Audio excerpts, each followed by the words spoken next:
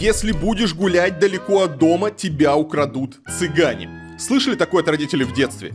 Тогда казалось, что цыгане это какие-то монстры с золотыми зубами, которые только и делают, что охотятся на детей. А во сколько она замуж вышла? 13. В 13 лет. Другой образ цыган. Женщины в цветастых юбках с оравой детей. Они либо поют романсы, либо просят позолотить ручку и обещают рассказать твою судьбу. В общем, тоже сказочный образ. Но есть и настоящие цыгане.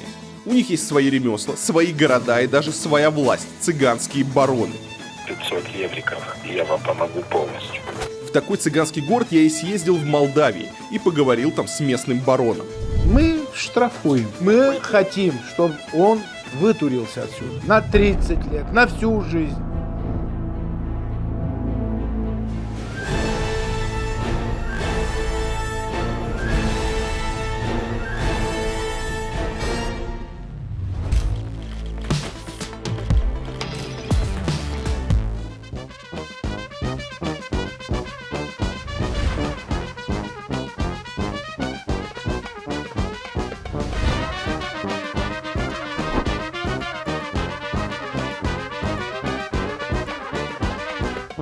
Город Сороки часто называют цыганской столицей Молдавии. Здесь сотни роскошных домов. А еще здесь живет человек, именующий себя цыганским бароном всея Молдовы. 5 лет назад я уже с ним встречался. А сейчас решил посмотреть, что изменилось в Сороках и жизни барона за это время. Встретиться с настоящим цыганским бароном не так просто. Об этом нужно договариваться заранее, что мы и сделали. А еще ему нужно заплатить. Здравствуйте, меня зовут Илья Варламов, я российский журналист. Я вот тут несколько лет назад у вас был в гостях. Вот, и очень хотел бы еще раз приехать. Мы снимаем такой небольшой фильм про Молдову, про то, что здесь происходит. И, конечно, без вас рассказ будет неполный. Понятно. Вы мне скажите, там что-нибудь намечается для нашего фонда? Как скажете, собственно, вот этот вопрос, как? Вы скажите как-то правильно. Ну, вы же знаете, что есть трудности большие сейчас вообще. Вот. Они были, есть и будут, а сейчас еще больше. Ну, скажите как правильно. Ну, я думаю, что нормально было бы там где-то, ну, хотя бы 500 евриков, если не затруднит. И я вам помогу полностью. Так, а если как-то чуть-чуть по-божески, потому что у нас тоже пандемия-то коснулась. Я понимаю, но у вас страна перспективная, а у нас беднота. Вот. Ну, если вот мы рассчитывали 200 максимум, просто у нас как больше, ну, у нас по бюджету. 250. Пополам. Все, я вас понял. Хорошо, все, мы завтра в 12 будем у вас. Все, давайте. До свидания. Это просто... мы звонили цыганскому барону. Вот вообще, ну, правильно никогда не платить ничего спикерам. Но здесь особый случай, потому что цыганский барон не будет встречаться, не будет помогать просто так. И я показываю вам, как это происходит. Вот это исключительный случай, когда мы платим спикеру, вы знаете об этом, я при вас звонил, при вас договаривался, но по-другому, видите, по-другому это не работает.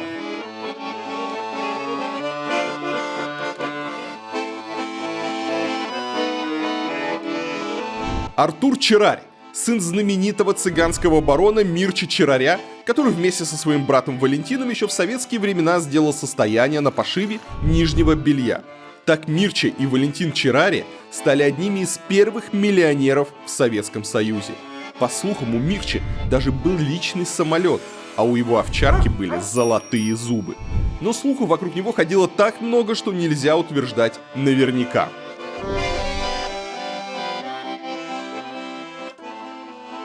Вы с какого года барон?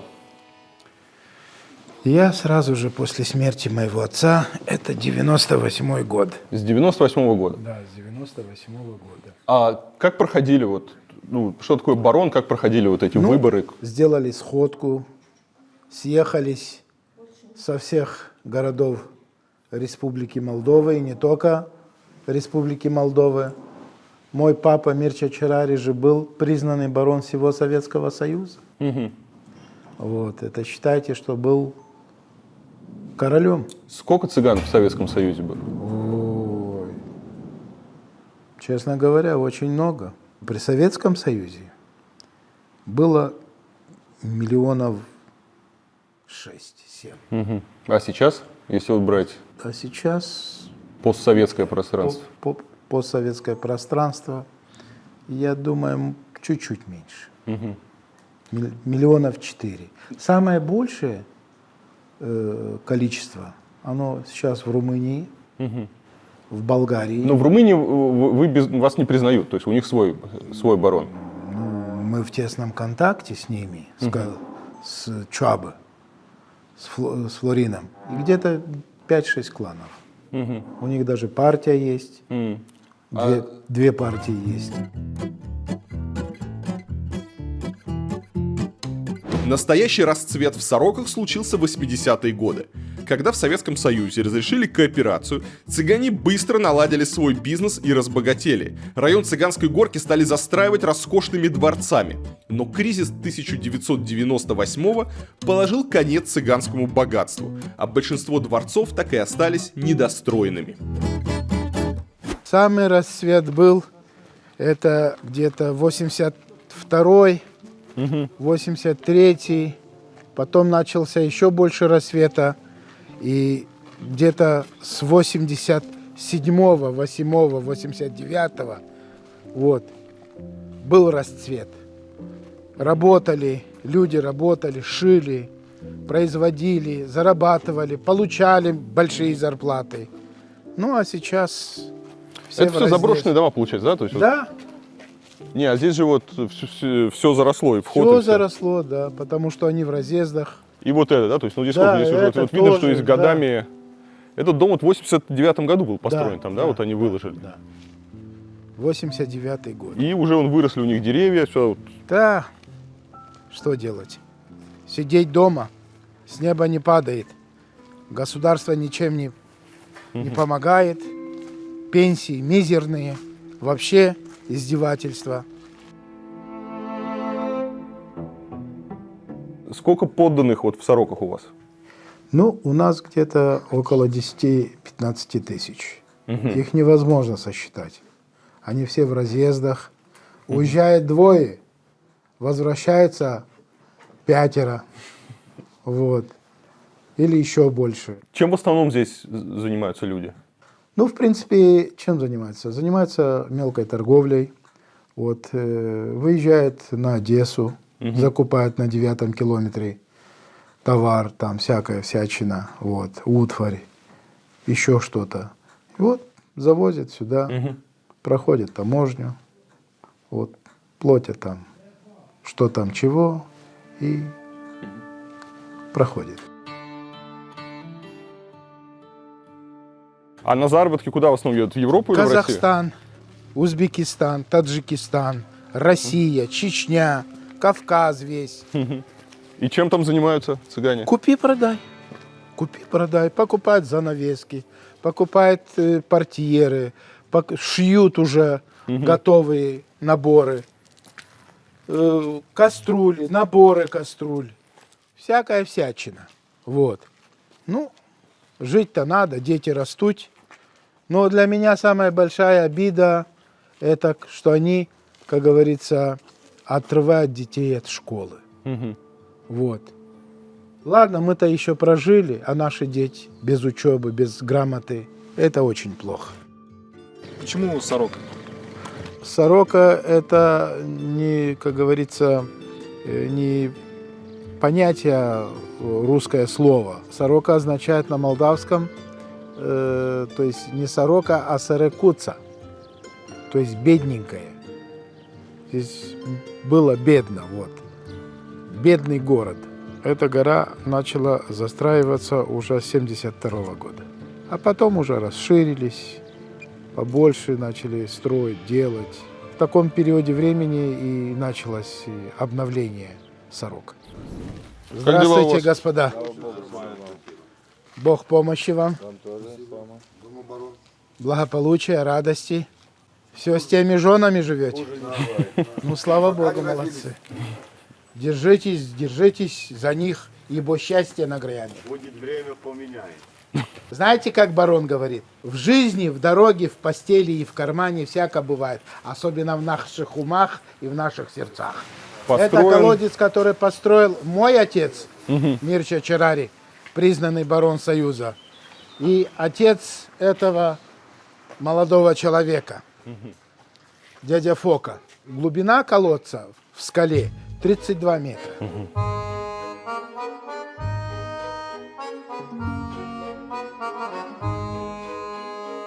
Сам Артур не хочет отставать от отца и мечтает оставить след в истории сорок. Да еще какой! Уже много лет барон хочет построить мост между народами в прямом смысле. На другом от сорок берегу Днестра уже Украина, Винницкая область. Людей на другой берег возит паром. Так вот, Артур мечтательно рассказывает, что хочет построить здесь мост, как в Сан-Франциско, и сделать его платным. На вырученные деньги барон мечтает отстроить сороки. Ну, здесь в Сорок, конечно, очень интересно, потому что некоторые дома, они просто роскошные и с хорошей охраной. К сожалению, если смотреть, очень много заброшенных домов. Стоят какие-то вот старые, да, уже все поросли. Очень много таких вот недостроенных. Но есть и жилые такие прямо роскошные дома. Вот тоже, да, какой-то роскошный дом. Такой большой, двухэтажный, с очень сложной крышей, но никто не живет. Все заросло. А дом огромный, красивый дом. Вот такая же история. Тоже ворота, тоже какая-то лестница с какими-то балясинами. Здесь, правда, даже поручни не успели сделать. Тоже двухэтажный дом. Задумался, видимо, как что-то роскошное, но все поросло. И при этом видно, что основная вот стройка здесь приходилась на 90-е, на начало нулевых. Потом уже больше упадка. Новые роскошные дома уже потом практически не строились. И люди просто, некоторые бросали свои дома и уезжали искать какой-то лучшей жизни в другие места. И в Сороках стоят вот эти вот недостроенные дворцы с 90-х, с нулевых годов.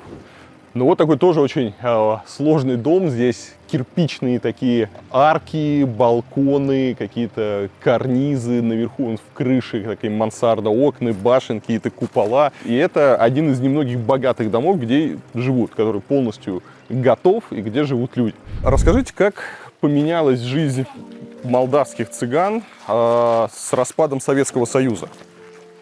Ну что сказать, почти все цыгане сожалеют о распаде Советского Союза и мечтают о возврате Союза, честно говорю. И я бы тоже не знаю, что бы я бы отдал бы, лишь бы вернуть Союз в новой форме мышления, правления, экономической, политической и духовной интеграции. Вот это было бы здорово. Уже в советское время цыганский барон закупился элитными машинами. Причем, поскольку у простых советских граждан элитных машин быть не могло, барон покупал их у высших чиновников. Это из гаражей Андропова, вот первое оттуда, из гаражей Андропова из Ялты, с Крыма. Вот еще при Советском Союзе вот мы эту первую купили. И расформировался там гаражи совминовские там. Это когда уже разваливался Союз? Да, уже разваливался. 92-й где-то год. А вторая была с ЦК партии. С ЦК партии с Кишинева. Реликвия нашей семьи. Отец ездил на них. Она была на ходу Да, какое-то время? была на ходу. Вы что, красавица, черная. Покрашу, сделаю, все у меня есть, и крылья, и двери, и все делается. Поэтому они нам очень, как говорится, история нашей семьи.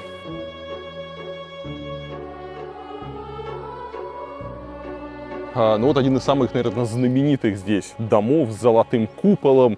Его здесь называют Белый дом. Правда, он не белый, поскольку проект еще не готов. Там голый бетон, стены не отштукатурены, но в архитектуре чувствуются отсылки к, наверное, архитектуре Капитолия. Понятно, что с пропорциями со всем остальным проблема, но дом действительно выглядит необычно. Особенно эти роскошные ворота, этот золотой купол. Ну и, к сожалению, там тоже никто не живет. Проект так и не смогли закончить.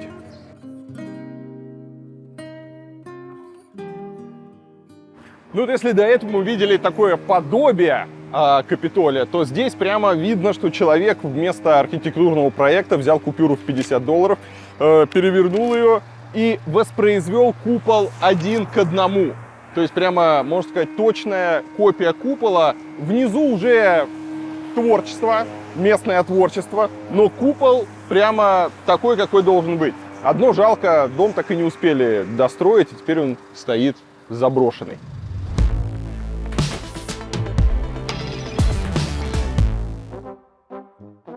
В быту цыган часто связывают с преступностью. От воровства коней в прошлом до торговли героином в настоящем. Понятно, что у этих мифов есть свои основания, но далеко не все цыгане преступники. Однако обычному государственному суду цыгане доверяют не слишком, поэтому у них есть свой цыганский суд. Заседает в нем, конечно же, родственник барона. Слушайте, а что за цыганский суд? Очень интересно. Например, по каким вопросам? Ну, как обычно, суды в городе, так и цыганские суды. И если мы не отдаем город для политики, чтобы народный судья, там прокурор, дать документы, оформлять большую кучу бумаг, а на приговор одна бумага. У нас свои вердикты, свои суды. И какие дела? Ну, например, то есть это кражи, это убийства, что? Любые. В связи с отношением цыган, нам полиция говорит, у вас много судов, сможете разобраться. Если нет, отдайте нам. А мы выходим с положения как бы с народом. Вот вы говорите, вы судья, да? И вы продолжаете. Но ваш вердикт, это то есть просто кто прав, кто виноват. Вы же не можете там кого-то в тюрьму посадить. Нет, у нас нету силовых структур для того, чтобы мы, как говорится, обеспечивали 100%, то есть исполнение наказания. Мы штрафуем. Мы штрафуем. Или же, если не штрафуем, то мы ему даем, как говорится, определенный период времени, чтобы он исчез из глаз всего города. А если он не хочет, говорит, я не хочу? Если не хочет, Не может быть такого наказания. если не хочет, он знает, что его ждет. А что его ждет? Его ждет смерть. Кому это нужно? Только И так. те люди должны попасть из-за него, из-за его порядочности, попасть в тюрьму. А зачем подставлять свою семью? И если они не подчиняются нам, то мы говорим, вы вправе обратиться или в государственный суд, или же со своей колокольни. Решайте. То есть вы разрешаете, условно, там какое-нибудь прямое насилие, да? То есть если И если недовольная страна может мы пойти... хотим, чтобы он вытурился отсюда, примерно там на 5 лет, на 10 лет, на 30 лет, на всю жизнь. Потому что есть грехи большие.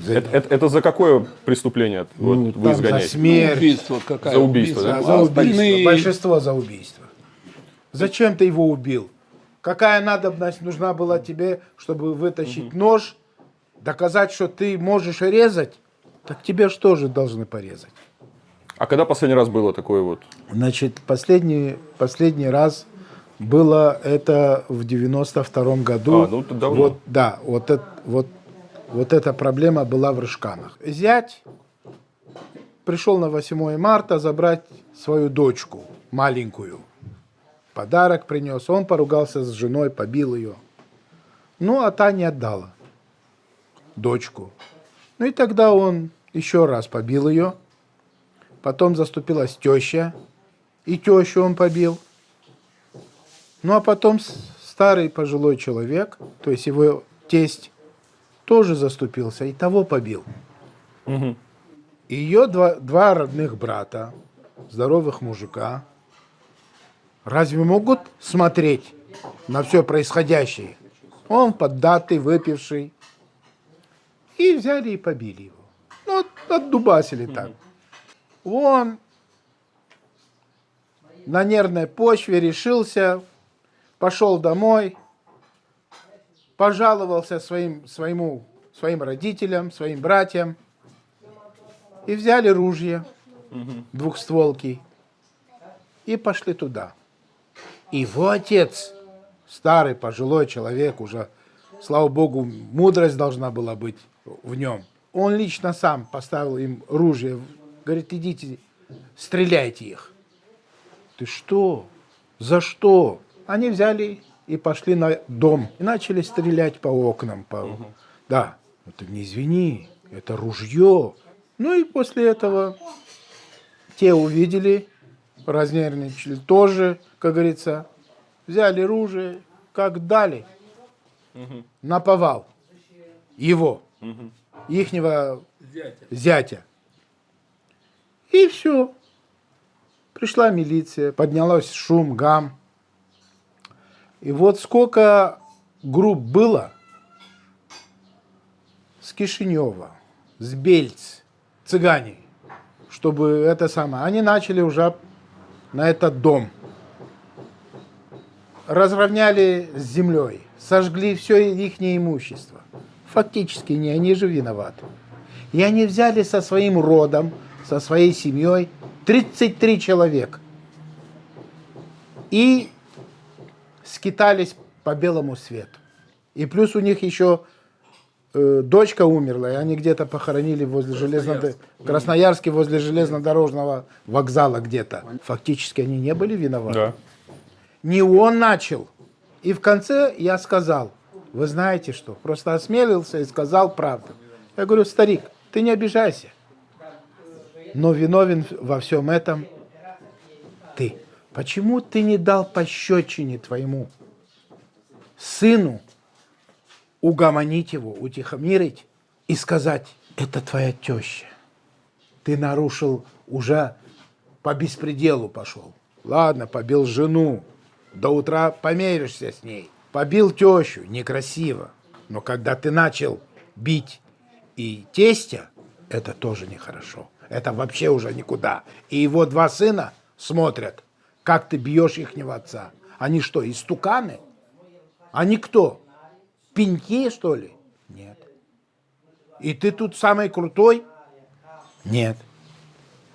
Зачем ты поставил ему ружье? И вот он тогда сказал, да, я чувствую, что я виноват. И осознаю это. И вот прошли 10 лет. Они скитались по России, по Украине. Понимаешь? И когда они вот скитались по Украине, по России, по Казахстану, они вернулись где? Обосновались в Сороках, потому что здесь у них есть родственник. И этот родственник купил где-то там дом наверху, и он говорит, селитесь и живите. Те узнали, они хотят жить среди известных людей, среди порядочных людей хотят жить. Мы им не дадим и запретим. Ну и, короче, был суд. И на этом суде я выслушал всех, и я взял и встал и сказал, а кто вправе мне указывать в моем городе, в моей стране, где я являюсь цыганским бароном, признанным, кто вправе мне запретить?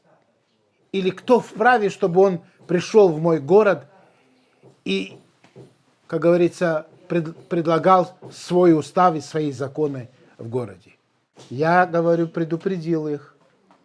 Если они будут вести себя так, как они там напрушили, то есть хотя не по своей вине, то в течение 48 часов они отсюда уедут. И так и было. Мое решение было основательным, хотя были разные мнения. Да нет, они не должны здесь. Они сейчас живут здесь. Они сейчас живут здесь. И слава Богу, все нормально, все хорошо.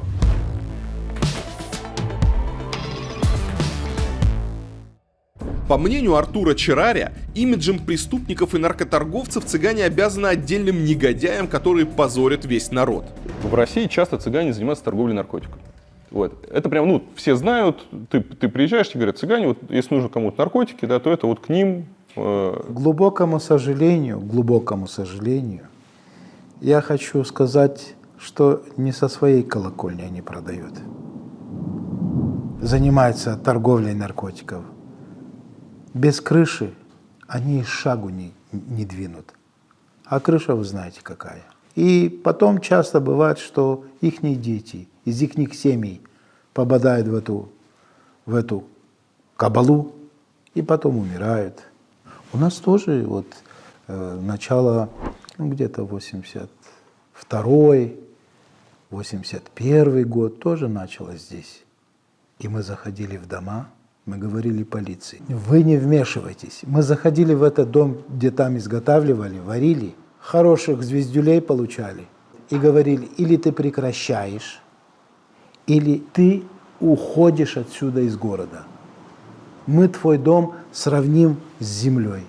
У нас дети растут, у нас дочеря растут, внуки растут. Ты что, хочешь подсадить их на наркоту? Не получится.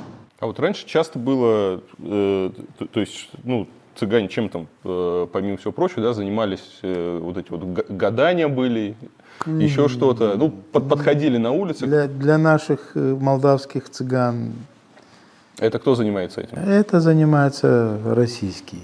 Мгм. Российские, украинцы, гадания. Вот. То есть молдавские этим не... Молдавские занимаются купи-продай. Они торгаши. А вы чем занимаетесь? Дома хозяйка. Просто хозяин. Просто А, хозяйка. гадаете? Не гадаем. Не гадаем, она просто шутит. Не гадаем, честное слово, не гадаем. Просто мы пенсионерки, дома живем. Немножко деньги послать дети, помогать немножко, слава богу, кто не живые.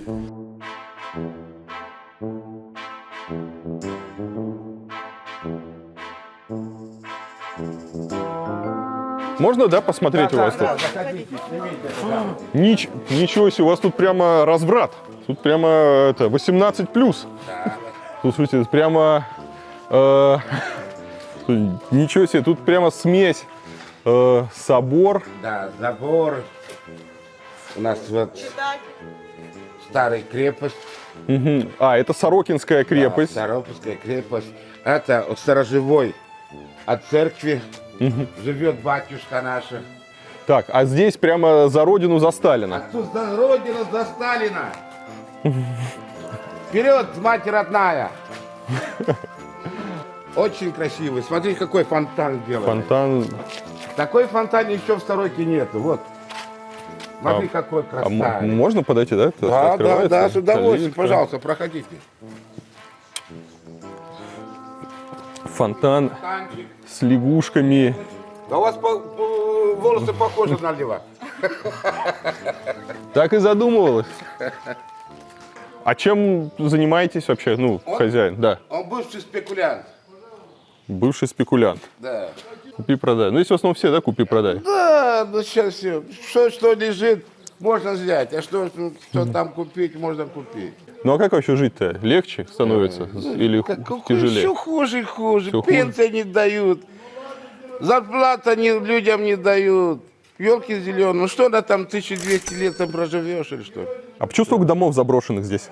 Нету чем готовить, они уехали. А куда уехали? В Россию, Уехали в Европу? границу, в Европу, уехали зарабатывать. И так не пришли. Бедные ушли на сезон, а уже 15 сезонов нет. Дай Бог, чтобы выиграл уже наши, как где же было, Воронин. Воронин, да, Воронин. Чтобы был Воронин, И это еще Додон. будем жить. Додона Будет Додон, будем в России жить, будем нормально. А, то есть вы на Россию ориентируетесь? Мы все на Согласен, России. У говори, меня Вася, там как? дети россияне, у меня Тут тоже или надо работать, участок в Москве есть, у меня там тоже есть, на Люберцево.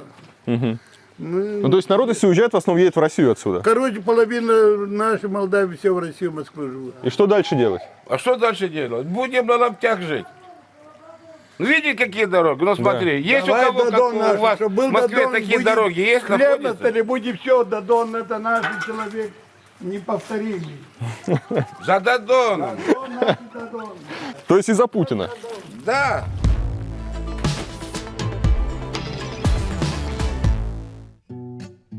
Виной тому мифы или нет, а люди других национальностей зачастую цыган не любят. Есть даже такой термин – антицыганизм, то есть ненависть к цыганам. Причем идет она с давних времен.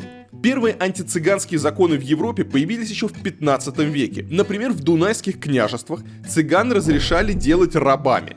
Кстати, дунайские княжества – это такие средневековые государства на территории нынешней Молдавии и Румынии. В нацистской Германии в 20 веке был настоящий геноцид цыган.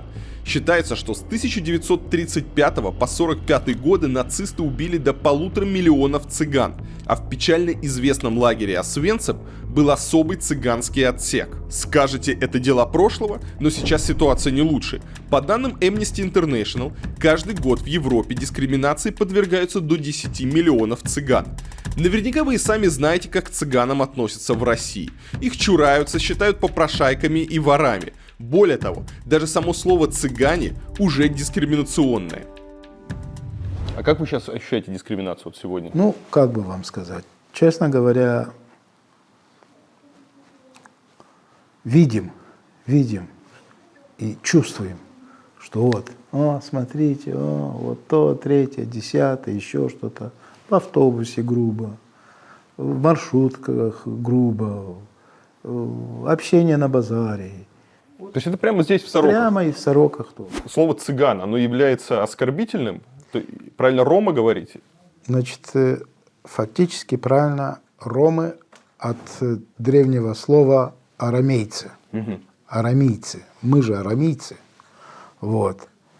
И когда в Европе нас называют по-разному. Итальянцы называют зингари, французы житан, испанцы хитанос.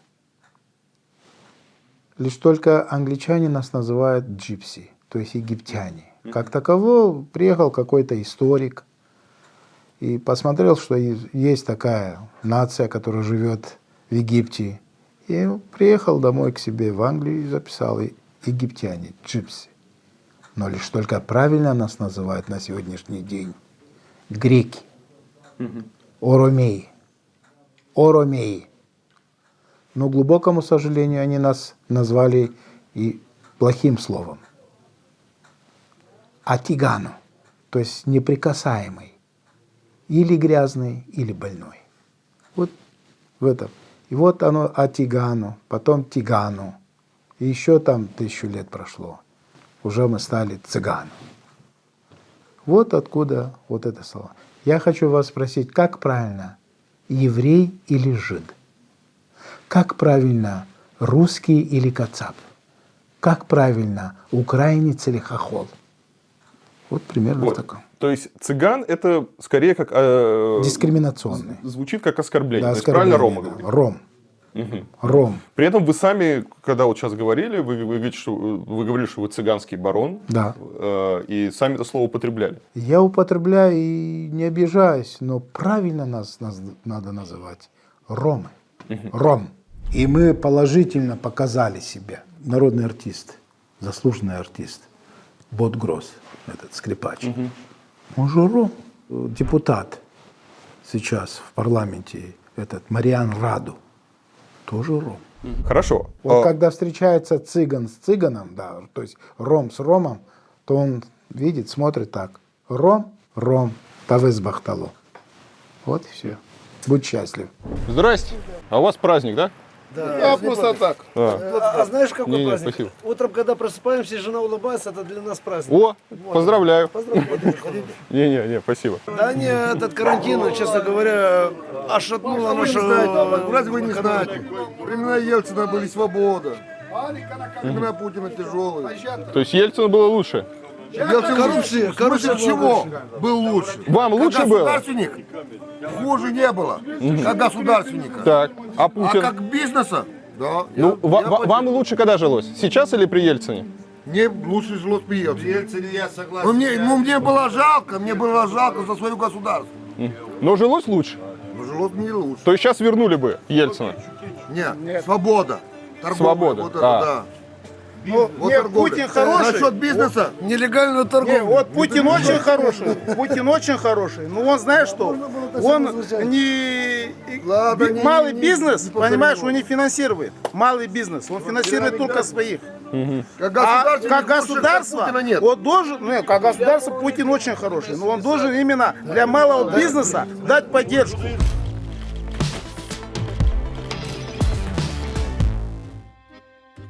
Ученые считают, что цыгане родом из Индии. Первая группа будущих цыган в размере примерно 1000 человек покинула Индию где-то в период с 6 по 10 века нашей эры, то есть более 1000 лет назад. Первые 400 лет этот народ провел в Персии, а затем поделился на 3 группы и стал расселяться дальше. Часть цыган ушла в Византию, из них получились нынешние европейские цыгане – рома. Другая часть ушла в Египет, а третья осталась на Ближнем Востоке. Когда Византия распалась, цыгане из нее расселились по всей Европе. Так и получилось, что рома живут везде, от Ирландии до России.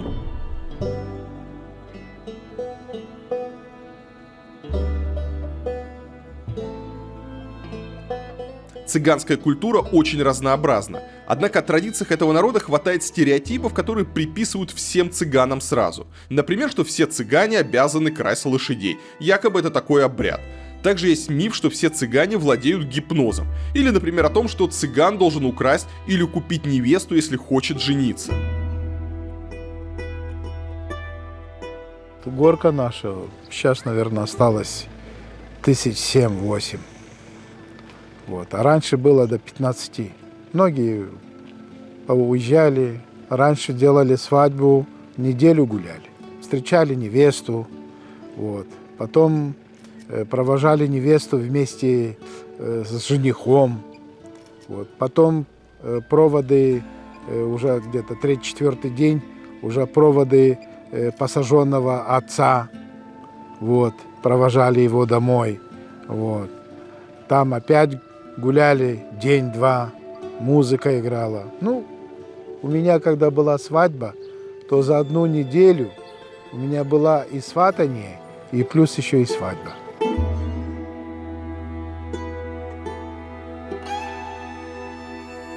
Дети вот учатся у вас здесь? Конечно, как же. Прямо школа, университет? Прямо в школе. На кого? Кем мечтают вот ваши дети стать? И откуда я знаю, когда они вырастут? А у вас сейчас... У нас всю жизнь торгует. У вас дети есть? Конечно. Сколько? У меня же 3 пацана и 1 дочка. 3 пацана. Сколько лет им? 12 внуков. Ничего себе. Серьезно? Сколько лет им? У меня 60 лет. Нет, а детям? А дети старше меня есть и 40, есть 37, 38. Ну вот, понятно. А внуки, хорошо, вот внукам сколько? Ну, внуки сами маленькие, у меня 16, 18. Вот, 16-18. А они чем хотят заниматься в будущем? Что откуда я знаю? Учатся они пока еле-еле, потом они женятся на 13 лет, возьмут себе жены. На 13-летний? Клянусь себе, даже на 12 замуж выходят. Так а какой? 12-13 замуж выходят. Так это же ребенок еще. Какая? У нас самые спелые ребятишки. Когда уже 20 лет, 17, девочки никто не берет, она говорит, старая дева. А когда маленькие... Это в 17 лет уже старая дева. Да, когда у нас 13-14, самая хорошая девчонка. Вот у меня, клянусь, старшая же невестка, клянусь, 12 лет вышла замуж. На 13 она меня родила. Ну а как же там вот учиться? Ваша внучка, сколько внучки? Внучки самая старшая, она у меня 18, она уже замуж вышла, все. Ребенок имеет. А во сколько она замуж вышла? 13. В 13 лет? И вы нормально, вы там не У против? нас все хорошо. Все У нас хорошо. такая мода. Она училась? Учила, 2 класса, 3, и все, пошла замуж, и все, красивая, высокая. Видите, украли, воровали, и ушла. Все. Она же ворует, девчонки. Серьезно, ворует их. Видите, красиво. Потом выкуп, да? Не, купа нет у нас. Просто воруют? Воруют, и все, потом придут они с дома, сватаемся, и потом начинаем свадьбу делать, и все. И живут дети. Все, поехали на охоту. Да.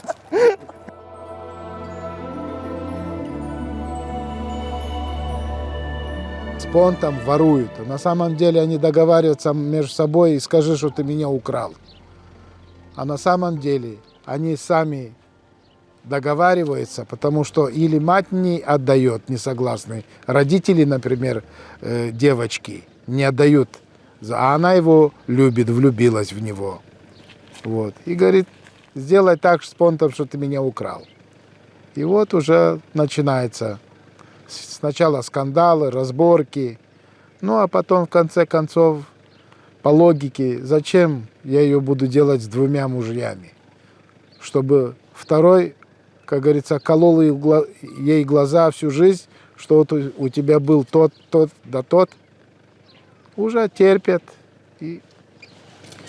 То есть вы хотите сказать, что против воли девочек это не делается? Ну, делается иногда, в редких случаях. Ну, а если она влюбилась, она его хочет, Зачем, чтобы я был потом виноват, что я ее забрал оттуда, и чтобы она мне всю в жизнь глаза колола о том, что я ей не разрешил жить с ним. Живи, ты его выбрала. Как ворует? Вот что, просто на улице у вас здесь, в Нет, Сороках? вот так поставить на машине, увезет ее куда-то не будет. Все. Куда увезет? Придет, нет уже девочка, все, поломана девочка. Что, надо строить свадьбу или что-то делать? Вот у нас две девчонки здесь, две сестры, одна 16, одна 15. И мама была в Франции, в Германию. Замуж они вышли оба здесь, в Сороке. Пришла мама с Германии, сделала свадьбу их. И все. И живут они. Ну, хотелось бы, честно говоря, я против того, чтобы вот эти ранние браки. 14, 15 лет. Но они же есть. Вот, то есть Они- вот эти вот женщины, они говорят, что Это есть. вот там в 13 лет уже рожают. Бывает и в 12. Но это в редких случаях. То, что я не согласен с этим, и многие мои соплеменники, и товарищи, и друзья не согласны с этим. Где-то там на периферии может быть, но здесь, слава богу, мы цивилизованные. Правда, некоторые стереотипы о цыганах подтверждает и сам цыганский барон. Иногда мне кажется, что просто люди вместо архитектора открывают какую-нибудь банкноту, переворачивают там 100 рублей, видят большой театр и думают, вот надо так и строить, что заморачиваться. Были вкусы раньше. Вот. Ну и сейчас существуют вкусы, но нет возможностей. Вот этот дом вам нравится Да. с архитектурной точки зрения? Ну, как бы, так, честно говоря, да. Почему? Объем, красота, хозяюшка, Здрасте. Христос воскресе. Благополучия вам. Как дела у вас? Мы смотрим, это очень такой у вас необычный дом. Можно будет зайти, дочка? Проходите. Прямо как у вас во дворце. А вы здесь живете вот в этом доме, да? А чем занимаетесь? У нас свой сад. Ну, вы работаете здесь или в Москве, или где? Мы дома работаем. Здесь вот прямо. Да, у них большой-большой сад, у них есть орехи, у них есть яблоки, груши есть, сливы есть. И вот они производят, Сколько надо выращивают. яблок, чтобы такой дом красивый построить? Да нет, этот дом был построен еще до До яблок. яблок. До яблок. До яблок. И как сейчас жизнь у вас вот поменялась за последние годы? Хотелось бы лучше, но мы благодарны то, как мы сейчас живем. Мы не жалуемся на Господа нашего, благодарим Его. А невест, женихов вы помогаете искать или сами? Нет, уже молодежь. Уже Что сама? я, Да. Ну, то есть, вот у вас дети, если они сейчас, я так понимаю, молодые мальчики, да?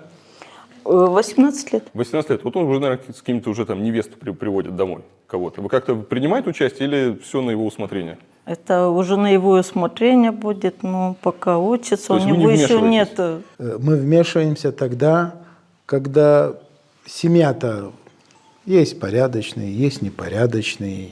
Вот. Мы не смотрим, что богатство, что он бедный. Ну, если Нет. начнет там с русской встречаться девочкой. Не вопрос. Не вопрос. Если он любит ее, почему? Такие дети получаются.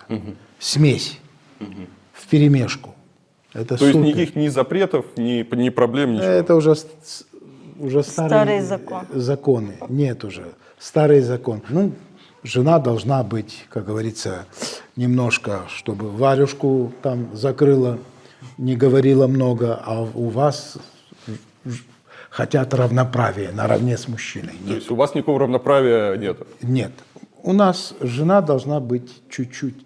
Если ты видишь, что я ошибаюсь, вот хоть я и барон, если я ошибаюсь, то баронесса меня подправляет. Она говорит, нет, тут не так, а вот так надо. Как говорится, жена шея, а муж голова. Куда повернет шея голову, туда она будет смотреть. Иди, Сергей, поздоровайся. Как дела? Нормально. Сколько тебе лет? 9. 9 лет. В школу ходишь? Пятерки? Нормально. Не, у нас как? А не орды оценки, а говорят, молодец или можно лучше. У нас вот такие Ну, оценки. как мальчики. Любят поиграть. Вот. Думаю, Невестку взять. Мария пойдет в этом году в школу. Мария, а ты кем будешь, когда вырастешь? Кем ты хочешь быть? О, президентом. Смотрите, как вот. Видите, как мысль? Цель достойная. Хорошая. Да. Ну, с одной стороны, хорошо, но лучше тебе быть президентом банка. А ты, когда вырастешь, хочешь здесь остаться или хочешь уехать куда-то? Уехать. Куда? Наверное, в Америку. Видите, молодежь у вас бежит. Не стоят. Воспитание. А почему ты хочешь уехать в Америку? Там хорошо. Там хорошо, да? Там свобода, да? Там демократия? Ну да. Или потому что у твоего дедушки там открыты филиалы Международного благотворительного фонда культуры, развития и возрождения нации имени барона Мирча Чирари? Да. Да? Вот все, видишь, будет...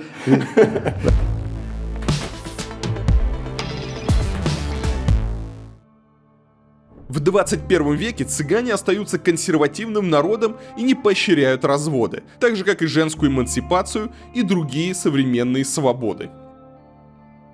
Вот последнее время началось, к глубокому сожалению.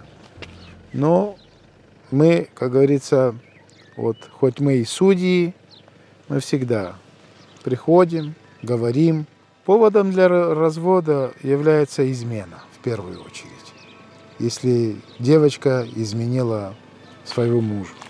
А если муж изменил? Это ничего страшного. Начинается с этого, что... Нет, это ничего страшного. Женщине нельзя. Мужчине тоже нельзя. Но можно. Но можно. А если муж бьет? Это насилие в семье.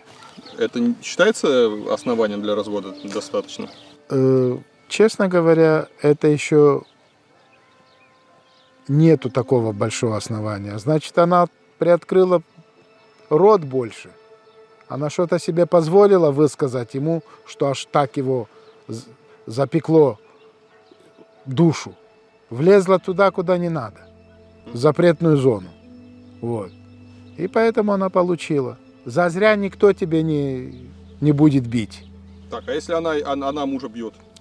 О, так это вообще стыд, срам и позор. Где ты видел, чтобы женщина била мужа? Так что это, муж? Влез туда, куда нельзя. Может, рот приоткрыл лишний? Ну так, подзатыльник можно ему один раз, но не всю жизнь. Там, где жена бьет, ударяет, это счастье. Понятно. В кавычках. Женщина должна быть тише воды и ниже травы. А если вашей внучке ее муж будет изменять, она придет вам пожаловаться, скажет, ну что-то меня не уважают, меня изменяют. Доченька, раз тебе муж недолюбливает, изменяет с другой, потерпи еще чуть-чуть. Потерпи. Но не делай эксцесс.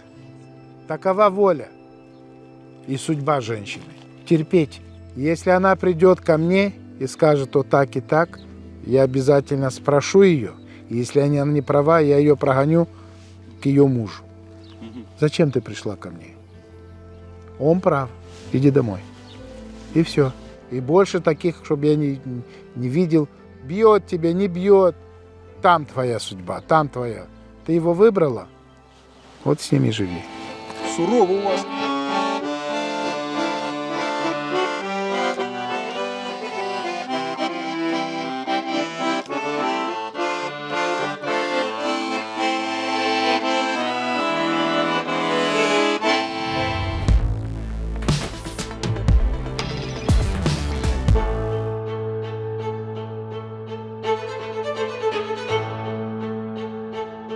Древние традиции, старые автомобили, тоска по Советскому Союзу. На цыганской горке в Сороках кажется, что ты попал в прошлое. И эти особняки, и эти люди появились в другую эпоху. Они выросли в 80-е и 90-е и в современной жизни кажутся чужими. Многое, о чем нам говорил цыганский барон Артур Чирарь, вызывает сомнения. Есть подозрение, что он слишком уж пытался защищать как себя, так и свой народ. Некоторые даже поговаривают, что Чирарь просто ширма, за которой свои дела ведет реальная, настоящая цыганская мафия. Так это или нет, я не знаю. Но тяга к роскошной жизни без тяжелого труда на цыганской горке чувствуется сразу. Ведь как пелось в одной песне, цыгане любят кольца, да кольца золотые.